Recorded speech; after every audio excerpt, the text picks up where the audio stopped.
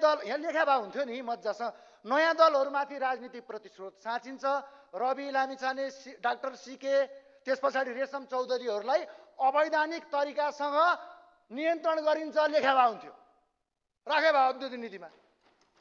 राष्ट्रलाई दलीयकरण, व्यापक दलीयकरण गरिन्छ, संवैधानिक निकायहरू कब्जा गरिन्छ लेखा भए हुन्थ्यो। अझै खुल्लम खुल्ला राष्ट्र ब्याङ्क त हजुर काङ्ग्रेसको भागमा भनेर बहस गरिन्छ, त्यो पनि लेखा भए हुन्थ्यो। धितो पत्र बोर्ड एमाले लयो रे, त्यो पनि लेखा भए हुन्थ्यो, फलानु देशको राजदूत। यो दलीयकरणलाई निरन्तरता दिइन्छ लेखा भए हुन्थ्यो नि त। अझै दलीयकरणलाई तल भुइँसम्म पुर्याइन्छ। त्यहाँको स्कुलहरू, त्यहाँको कलेजहरू, त्यहाँको खानेपानीहरू आफ्ना दलका कार्यकर्तालाई अपुङ्गी त्यहाँ नेतृत्व प्रदान गरिनेछ भनेर लेखा भए हुन्थ्यो। अझै लेखा भए हुन्थ्यो यो सदनलाई, यो सदनको सिर्जना मारिनेछ, यहाँ आरोप र प्रत्यारोपको बहस गराइनेछ। कतिसम्म त भन्दा रक्सी मैले चोर्या हो होइन भन्ने बहससम्म गराइन्छ भनेर लेखा भए हुन्थ्यो। निरस बनाइया छ सदनलाई, निरस छ सदन। गरेका काम त गर्ने काम र बना नीति त लेखा भए हुन्थ्यो नि।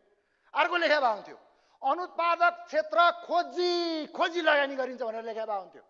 भ्यू टावर मजासँग बनाइन्छ भनेर लेखा भए हुन्थ्यो। अनि मैले पत्याउनु पर्ने यो अहिलेको पत्याउँदिन, छैन, निरस छ। विश्वास छैन हजुर, कसैको विश्वास छैन। छातीमा हात राखेर आफ्नो इष्टदेवतालाई सम्झेर, आफूले खाएको शपथ सम्झेर पक्ष र विपक्षमा, विश्वासको पक्ष र विपक्षमा मतदान गरौँ। कसलाई सम्झेर? कुलदेवतालाई सम्झेर, इष्टदेवतालाई सम्झेर। दुई त्यही कहाँ आउँछ? विश्वास छैन यसमा।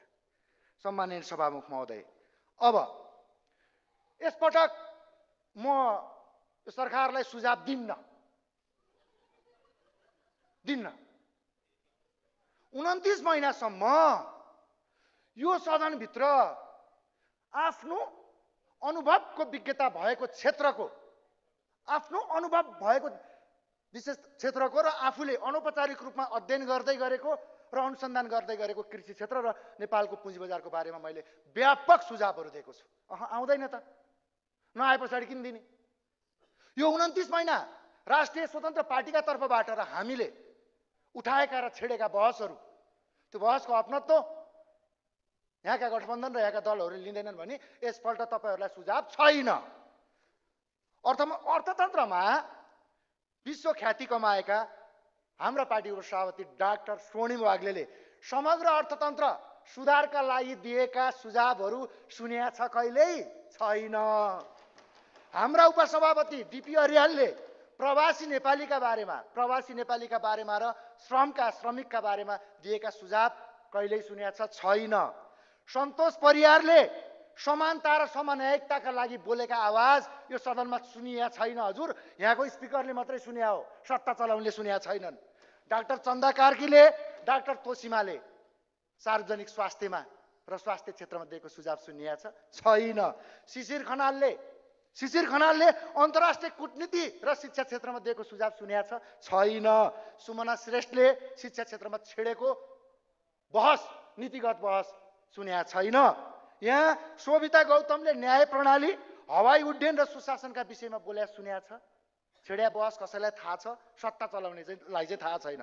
मनिष झाले तथ्य र तथ्याङ्कमा टेकेर, तथ्याङ्कका आधारमा गरिएको मौलिक सृजनात्मक बहस र जनकपुरको विकासको बहस सुन्या छ यो सदनले, यो सरकारले सुन्या छ? छैन। यहाँ शिव नेपालीले यातायात क्षेत्रमा उठाएको आवाजहरू सुन्दैन। यहाँ अशोक चौधरीले कृषि अनि त्यस पछाडि भूमिपुत्र थारू जनजातिका न्यायका लागि बोलेको सुन्या छैन।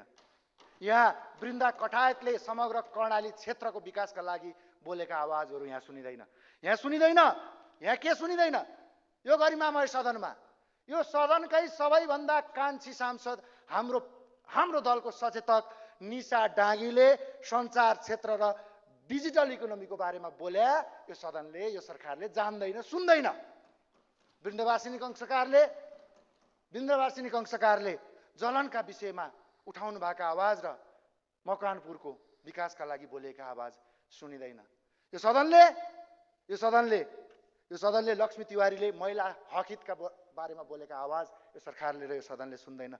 दलका उपनेता विराज भक्त श्रेष्ठले धर्म, संस्कृति र पर्यटनका बारेमा राख्नु भएको तार्किक बहसहरू ती बहसमा विमर्श गर्न जान्दैन। यहाँ माननीय असीम शाहले डिजिटल युगमा युवाको भूमिकाका लागि छेडेको बहस र फिल्मी क्षेत्रको विकासका लागि उठाइएका आवाजहरू यो सदनमा सुनिँदैन। यो सदनले हाम्रा आवाजहरूलाई सुन्दैन, सरकारले सुन्दैन। अनि किन दिने सुझाव? सुझाव चाहिए भए यो 29 महिनाको बिचमा राष्ट्रिय स्वतन्त्र पार्टीले यो सदनमा उठाएका 29 महिना बिचका ती रेकर्डहरू हेरे हुन्छ, पर्याप्त छ। हामीसँग प्राज्ञिक विद्वतहरू पनि हामीसँगै छन्। अनुभवले खारिएको, अनुभव सहितको ज्ञान भएका विद्वत र हाम्रा अनुभवहरू पनि छन्। ती 9 महिनामा हामीले गरिमामय सदनमा प्रस्तुत गरेका छौँ। नयाँ दलमाथि कसरी प्रतिस्रोत साच्ने, नयाँ दललाई कसरी रोक्ने, यसमा होइन हजुर। हामी प्रतिस्पर्धी बनाऊ, हामी प्रतिस्पर्धी बनाऊ, हार्दिक प्रतिस्पर्धी बनाऊ न। हामी केही गर्न भनेर आएन, हामी धेरै गर्न भनेर आएका हौँ। किनकि यहाँ धेरै बिग्रिएको छ, थोरै बनेको छ।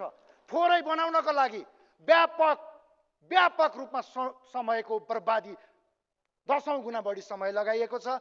थोरै गर्नको लागि, थोरै गरिएका कामका लागि धेरैभन्दा धेरै आर्थिक स्रोतको दोहन गरिएको छ। त्यसैले म भन्न चाहन्छु, हामी केही गर्न आएको होइन, हामी धेरै गर्न आएको हो। हामी सृजनशील छौँ, हामी रचनात्मक छौँ। अनि हाम्रो सृजनशीलता र रचनात्मकतालाई तपाईँहरूले जुन किसिमको प्रतिस्रोत साच्नु भएको छ नि, त्यो प्रतिस्रोतको औजारले काम गर्दैन हजुर, काम गर्दैन।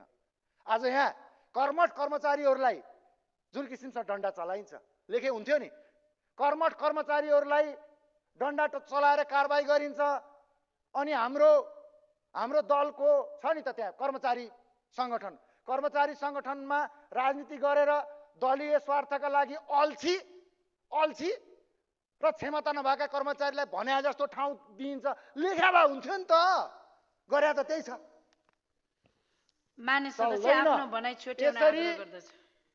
यथास्थितिमा चल्दैन भनेर कृपया